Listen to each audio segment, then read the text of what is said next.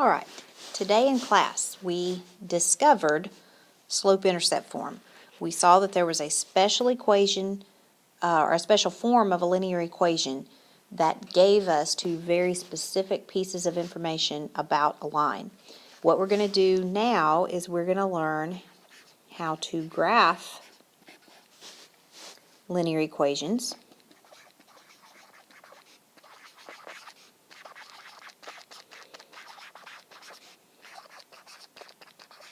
using slope-intercept form.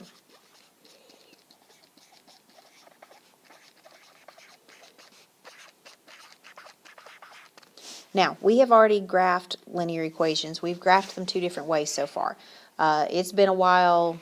You may not remember a whole lot, maybe a little fuzzy, but at the very beginning of Chapter 3, first thing we did, we looked at 3-column tables, and we picked our x values, and we plugged them in, and we found our y values, and then we graphed the line.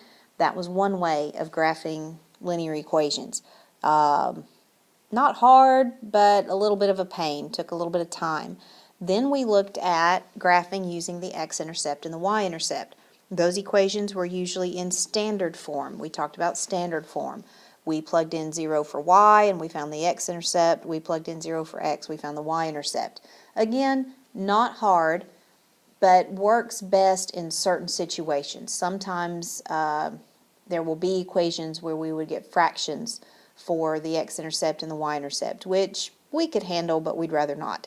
So we're going to like slope-intercept form pretty well. It's pretty simple. It's easy to graph, not a lot of trouble. This is probably going to be our favorite way to graph. Okay? Now, let's just review from today. We said that slope-intercept form was a linear equation in the form y equals mx plus b. X and y, remember, are coordinates. Those are points that are on the line. M is the slope of the line, and B is the y-intercept. That's where the line crosses the y-axis. Okay? So, those are the two pieces of information that slope-intercept form gives us. Now, they're going to give us equations today, and we're going to graph them using slope-intercept form. Here's what we do. The first thing you need to do is make sure the equation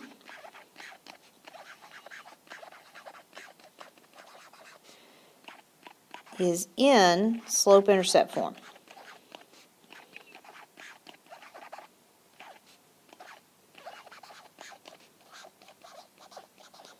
Which basically is just another way of saying isolate y, right? We want y isolated. We've been doing this since the end of Chapter 2, where they gave us an equation. At the time, we didn't know it was a linear equation, and they told us to isolate y. That's why we started that way back then, is because we needed to do it now. Okay? So look at this equation here. Y equals 1/4 x minus 5. Is it in slope-intercept form? Is y isolated? And it is. So we're good. Okay, step 1's already been done for us. Step 2 is going to be to identify M and B.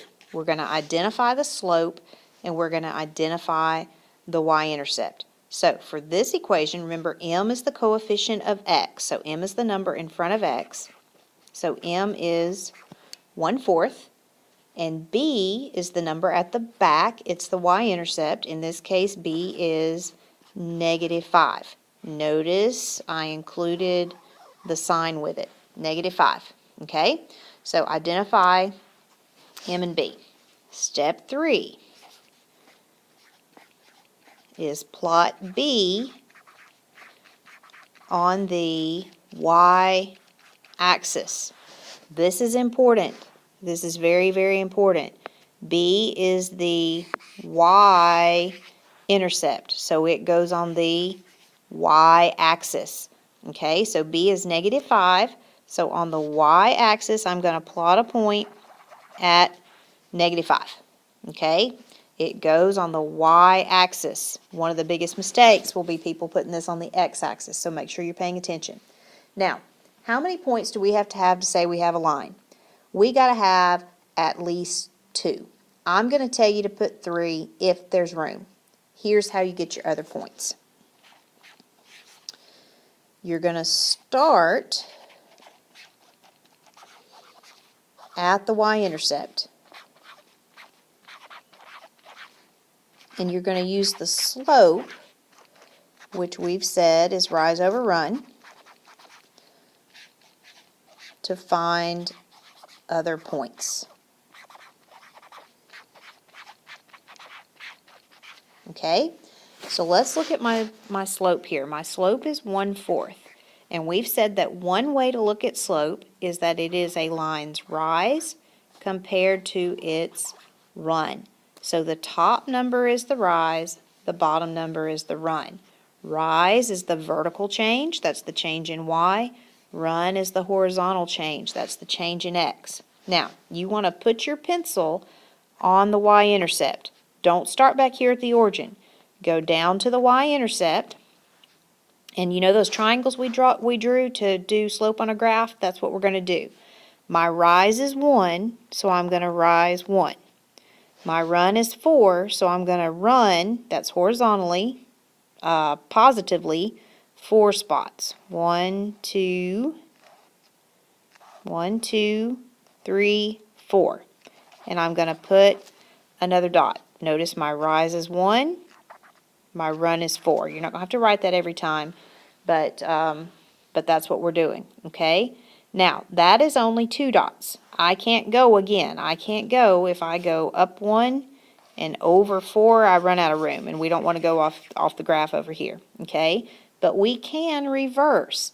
Instead of going up 1 and right 4, we can go down 1 and left 4, and that'd be the same thing. So that's what I'm going to do. I'm going to go down 1, left 4, put another dot. That gives me 3 points. I draw a line through them. I put arrows on the end, and I write the equation of my line. Y equals 1/4 x minus 5. Okay? All right, go to the next slide, and let's do some more examples. Okay, let's look at this one. Y equals negative 2x plus 5. What was step 1? Step 1 was make sure the equation is in slope-intercept form. Is this in slope-intercept form? Is y isolated? It is. Okay, what was step 2? Step 2 was to identify m and b. Okay, what are m and b in this equation? Well, m is the coefficient of x, that's the number in front of x, so m is negative 2. B is the number at the back, b is 5. Okay, that was step 2. What's step 3? Step 3 is to plot b on which axis? On the y-axis. So I'm going to go up 5 since it's a positive 5, and I'm going to put a dot on the y-axis. That's my y-intercept. That's where the line crosses the y-axis. Okay? So I have 1 point. I need at least 2. 3 is better. My slope is negative 2. Now, I need to use slope as rise over run, which means I need a fraction. How do I change negative 2 into a fraction? Well, I put negative 2 over 1. So, put your pencil at the negative 5, and I'm going to rise negative 2. How do you rise negatively? You go down. So I'm going to go down 2, and I'm going to run 1. But notice the 1 is positive. The 1's not negative, the 1 is positive. So I'm going to run to the right 1 spot. Okay? I've got 2 points. Do I have room to do it again? I do. I'm going to go down 2, I'm going to go right 1, and I'm going to put another point. I've got 3 points. I'm going to draw a line through them. I'm going to put arrows on the end, and I'm going to name it. Y equals negative 2x plus 5. All right, look at the next one. Y equals 2/3 x. Is it in slope-intercept form? Is y isolated? Yes, y is by itself. Okay, now we need to identify m and b. M is the coefficient of x, so M is 2/3. Now, what's B? What do you think? What is back here?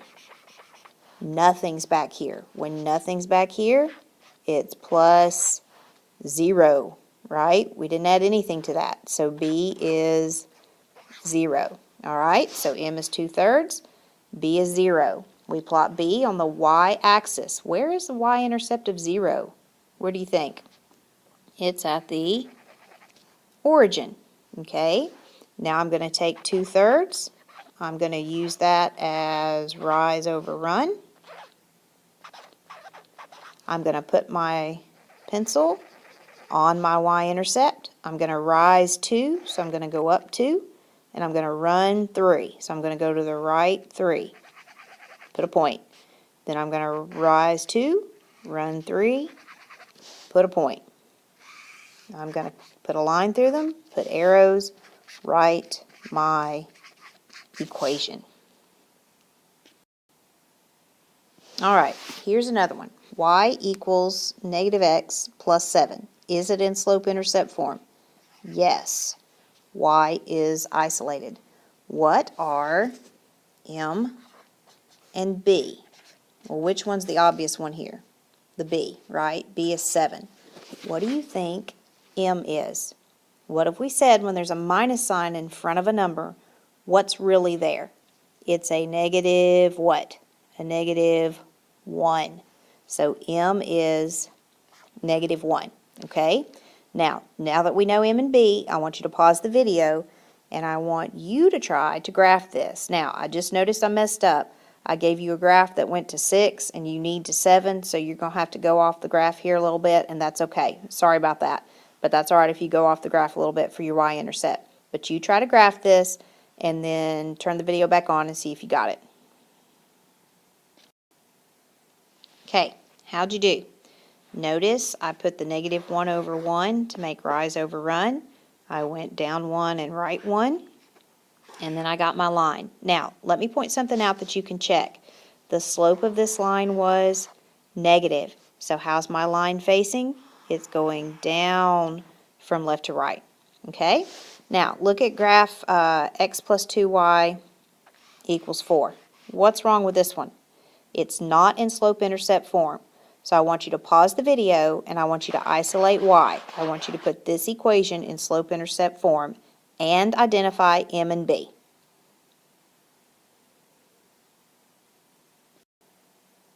All right, did you get y equals negative 1/2 x plus 2? Check your work up here, make sure you did it correctly. We get M is negative 1/2 and B is 2. Now I want you to pause the video, graph this line, and then turn the video back on and check it. Okay, there's the line.